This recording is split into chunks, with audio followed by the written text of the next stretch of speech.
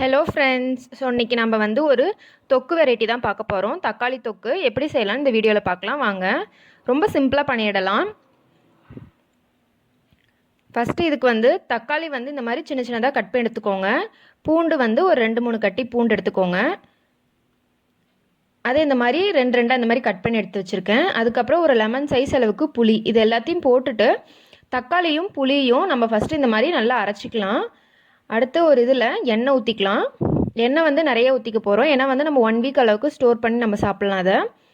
அடுத்து வந்து 1 ஸ்பூன் அளவுக்கு கடுகு, இதோட உங்களுக்கு காரத்துக்கு காஞ்ச மிளகா, கொஞ்சம் கறிவேப்பிலை.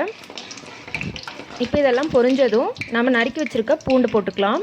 பூண்டு வந்து 2 இந்த மாதிரி கட் பண்ணி போட்டுக்கோங்க. இப்போ இதெல்லாம் நல்லா ஃப்ரை ஆகட்டும்.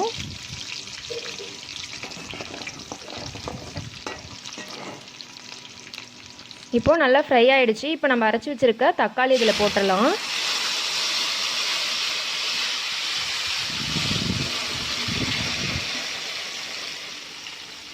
இதுக்கு வந்து நீங்கள் எந்த நல்லெண்ணெய் ஊற்றினாலும் நல்லா தான் இருக்கும். பட் ஆனால் அது வந்து கொஞ்சம் கசப்பாக இருக்கனால நான் இன்றைக்கி நல்லெண்ணெய் ப்ரிஃபர் பண்ணல, நார்மல் எண்ணெய் தான் ஊற்றிருக்கேன். இப்போ இது தக்காளி வந்து நல்லா வந்து எண்ணெயில் நல்லா சுண்டி ஒரு சட்னியோட கொஞ்சம் தண்ணி பதம் இல்லாமல் நல்லா திக்காக வரணும். இது கூடயே நம்ம வந்து உப்பு போட்டுக்கலாம், தேவையான அளவுக்கு உப்பு.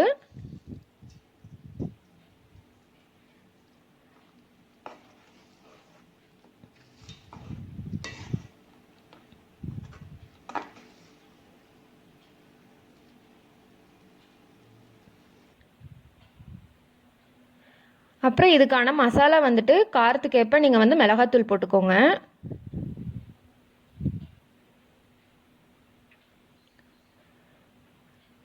இப்போ இதெல்லாம் போட்டுட்டு நம்ம வந்து மீடியம் ஃப்ளேம்லேயே அப்பப்போ வந்து கிளறி விட்டுக்கோங்க, ஏன்னா வந்து அடியில் பிடிக்கிறதுக்கு வாய்ப்பு இருக்குது.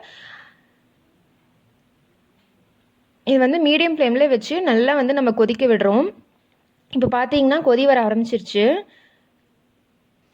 கொஞ்சம் கொஞ்சமாக அது வந்து திக்னஸ் கூடும். இப்போ பார்த்தீங்கன்னா எடுத்தோம்னா அப்படியே தண்ணியாட்டு கீழே உழுது, பார்த்தீங்களா? அந்த மாதிரி இல்லாமல் நல்ல ஒரு திக் பேஸ்ட்டாக இது வந்துடும். இது வந்து நம்ம கிட்டத்தட்ட ஒரு 1 வீக் போல் வந்து நம்ம ஸ்டோர் பண்ணிக்கலாங்க. இப்போ பார்த்தீங்கன்னா நல்லா கொஞ்சம் திக்காகிடுச்சு.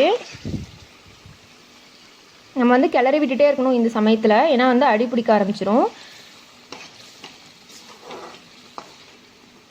செம்மையாக ரெடி ஆகிடுச்சிங்க, அவ்வளோதான்.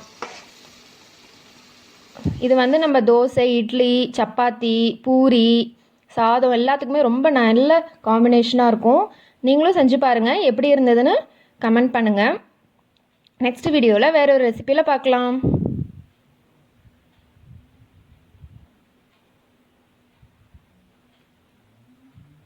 நீங்கள் ஃபஸ்ட்டு டைமாக என்னுடைய சேனலை பார்க்குறீங்கன்னா அப்படியே என்னுடைய சேனலை சப்ஸ்கிரைப் பண்ணிக்கோங்க. கூடவே இருக்க பெல் ஐக்கானையும் ப்ரெஸ் பண்ணிக்கோங்க.